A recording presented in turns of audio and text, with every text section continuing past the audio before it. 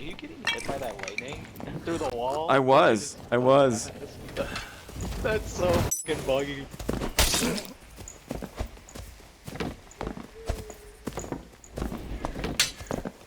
Oh no. I'm dead. Fuck. Nice try, man. Nice try. It's a new season and also hotfix 74. Been playing now pretty solidly for a couple of days. I wanted to share my thoughts on the new content and also share some tips to hopefully improve your gameplay overall. Here goes.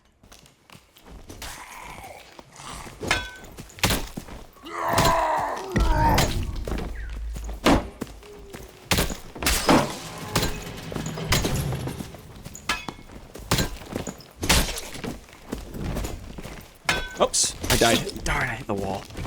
Darn, I hit the wall.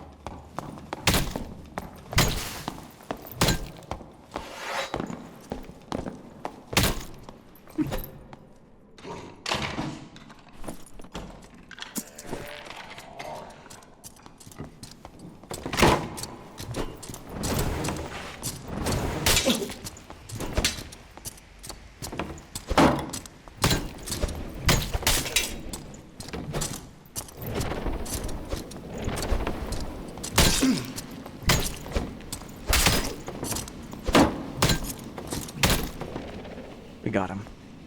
So first, as I'm sure you know, there's a new class called the Sorcerer out now. Who's this handsome devil?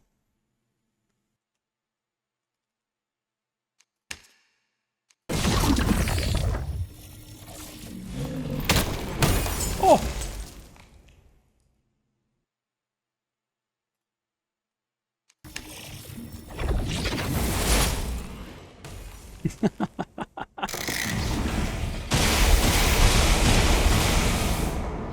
It's definitely a work in progress, but if you like playing as a caster class, definitely check this one out.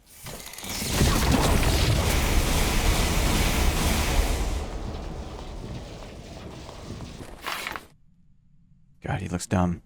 I think he looks dumb. That's too bad. We got a block. Crystal Sword has a block.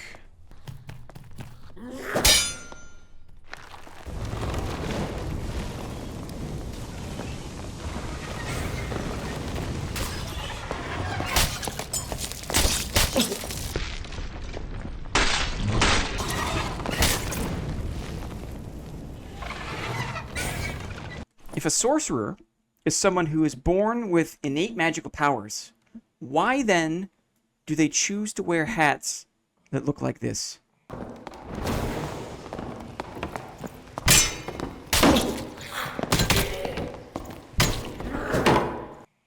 If you were so cool and badass as to have magic flowing through your veins, right? It's still a conscious decision to wear this kind of hat. Just curious.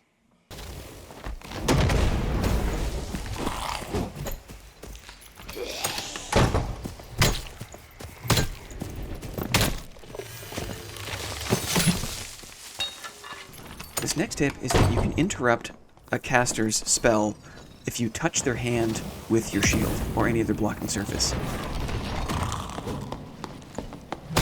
Oh! Clocked him.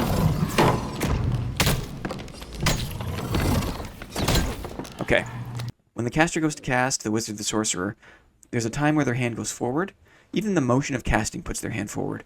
If you're close enough and you get that shield to touch the hand, then the spell is interrupted and you can resume doing your melee damage. It's a lot of fun.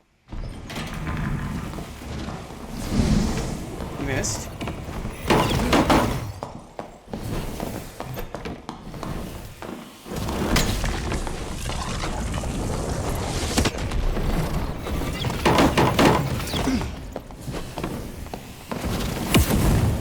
Lost him.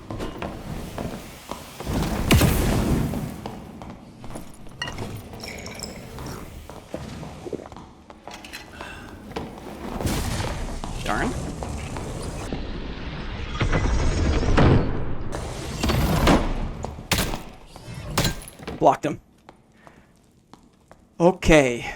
That was a tough fight. That was a wizard, guys. That was a wizard. Next up is the randomized dungeon. Currently, it's only experimental in the Crypts map, but I think it's a big win out the gate. It feels more like an adventure, for sure, and the unpredictability of the map configuration means it's easier than ever to use stealth and patience to gain a big advantage in combat.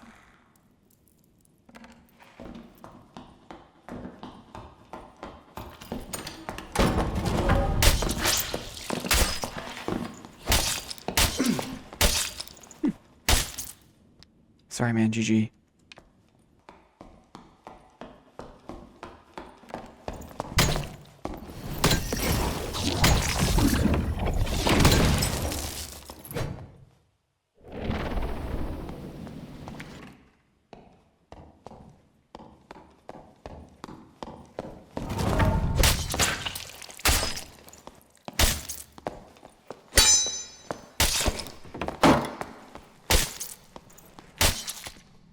Close one, man. GG.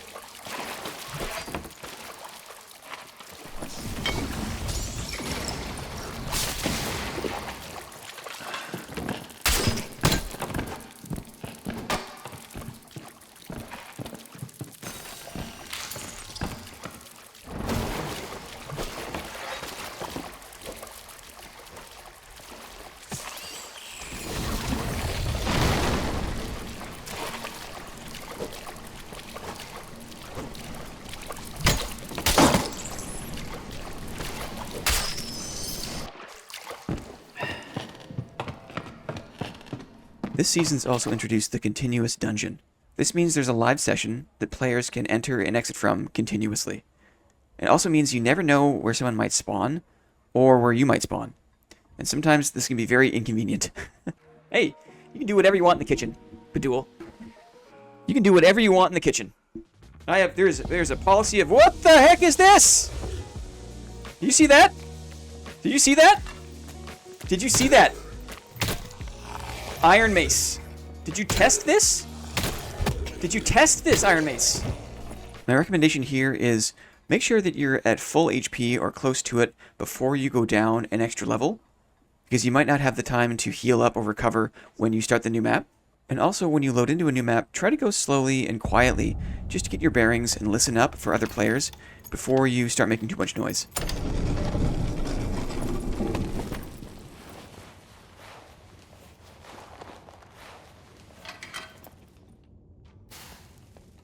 Somebody's here.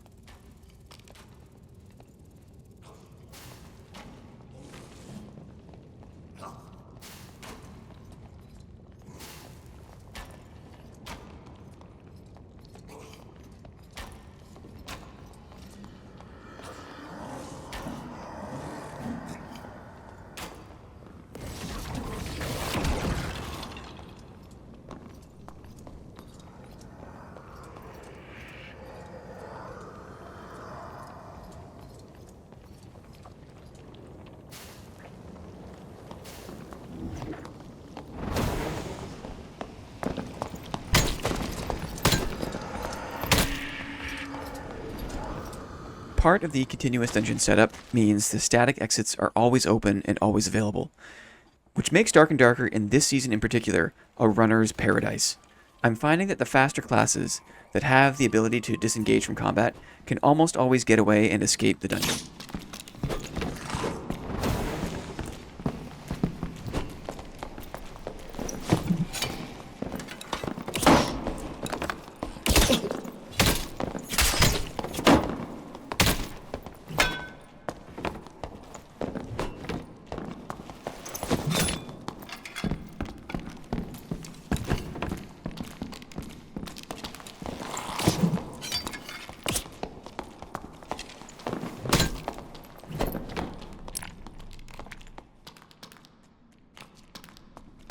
Dad already had a problem with it being too easy for people to run from combat, in my opinion.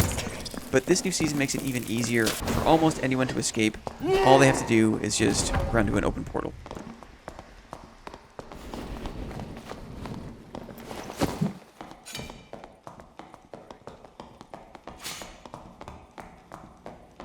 My hope is that Iron Mace introduces some kind of activation mechanic or some kind of timing requirement so that there is like a time cost for people that are trying to leave via the stairs in the dungeons. Like how there is with the portals, right? It takes time to open them. It takes time to climb a rope, right? But right now, the stairs are always open, and in my opinion, it's just too easy for people to run away and run out and escape. It's not fun. One thing I've learned to do is to close doors behind me as I enter a new space. This can make it harder for the kiting players, the running players to escape combat. There's nothing more satisfying than trapping runners in these spaces and getting to enjoy the last bits of melee hack and slash that this game has to offer.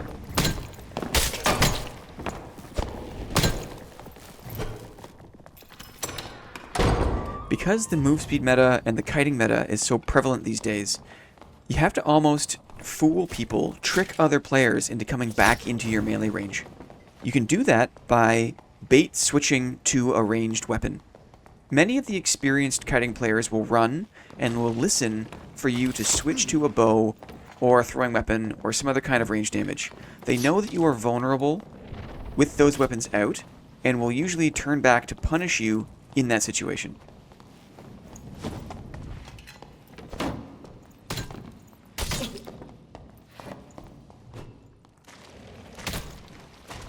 Oh, can't believe that.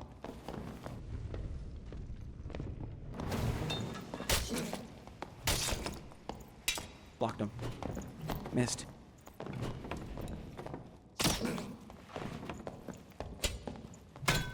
Got him. So if a kiting player is running and you can't catch up, do a fake switch to your bow and then switch right back to melee, to your sword and shield or whatever it is.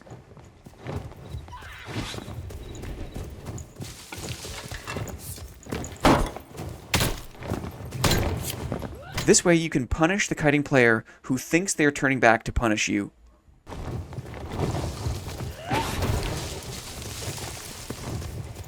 So to do this trick, you're in the chase, they're running from you, you press number 2 to switch to your bow, and press number 1 immediately to switch back to your primary weapon.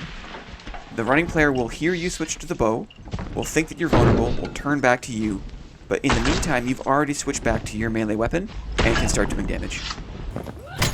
Baited him. I baited you. The next tip is that the shield is actually pretty good at dealing with rogues and daggers.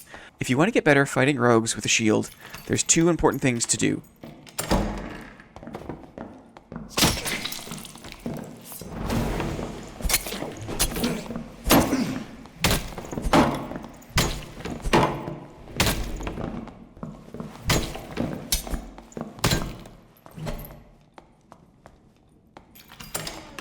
Number 1 is you have to be patient and wait for the block.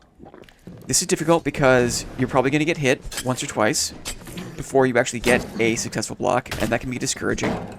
Number 2 is the sound the blocked dagger makes against your shield is very slight. It's a very light sound, like a little tink sometimes.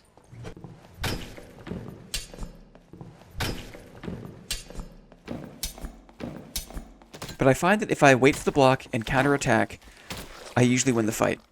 The worst thing you can do is, after you get hit, start attacking yourself. Because when you're attacking, you're not blocking, and that means that you're going to take even more rogue damage. So tip 1 is do your best, wait for the block, and counterattack.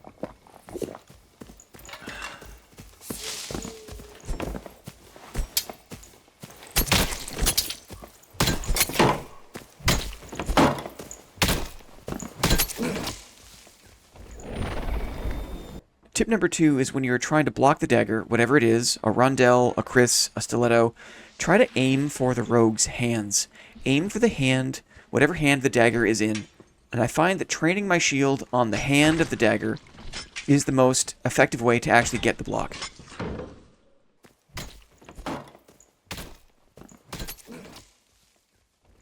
Again, this can be really tricky because of how fast it attacks, But by combining these two things, I find I've had a lot of success against rogues. And this is true for even some of the non-fighter classes, like the cleric, like the barbarian. If you're playing barbarian with a shield for some reason, like I have, it goes to show that you don't need to have the fighter perks. You can still block and counterattack even with the slow action speed, with the slower counterattack from these non-fighter perk classes. You can still prevent enough damage and deal enough damage to win the fight. Give it a try.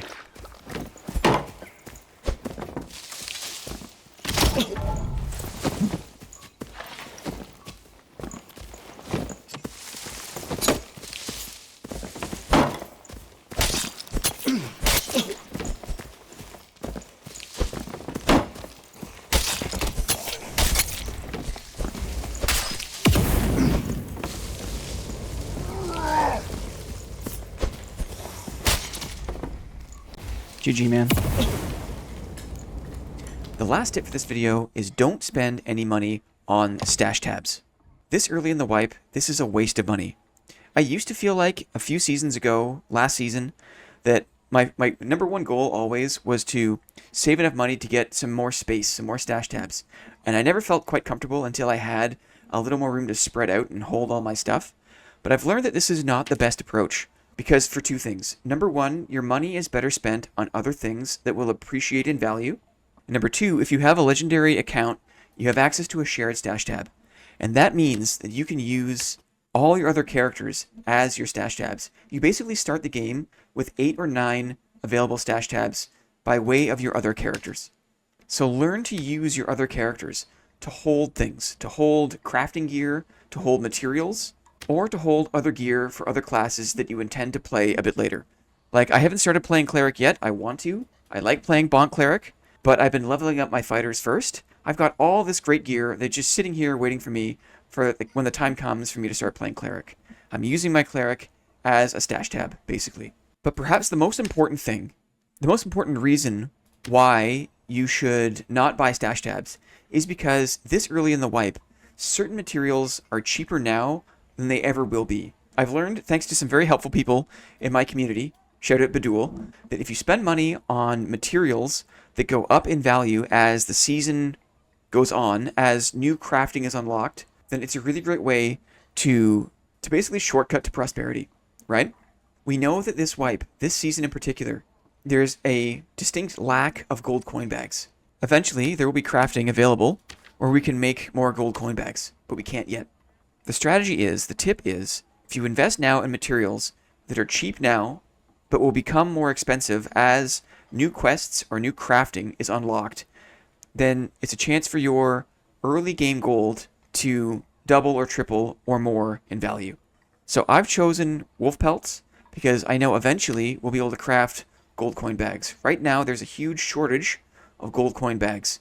So I'm investing in wolf pelts, I'm investing in troll pelts, because I think eventually these materials will increase in value as the demand increases. I'm also putting my money into froststone ore, because right now we can't craft with these materials. There's no froststone powder available. There's no, like, this is like a mid-wipe thing, right? So right now these materials are super cheap. I also know that spider silk, because it has the ability to craft the Cloak of Darkness, and because it can craft the spectral coin bag, this is also going to increase in value later in the season. Right now, these things are comparatively cheap, I think, compared to what I imagine the price of these materials will be in a few weeks from now. So instead of spending money on stash tabs, which offer you no return for your investment, right? I'm going to use my characters as stash tabs, and I'm going to put my early game gold into materials assets I think are going to appreciate over time. Okay, those are the tips I've got. I hope they were helpful.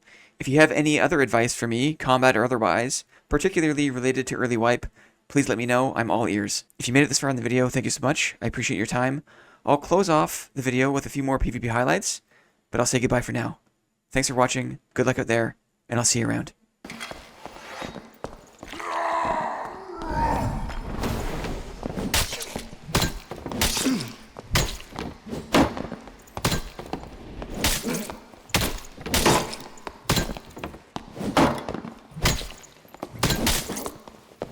Oh, I had to be there. Damn, damn, damn.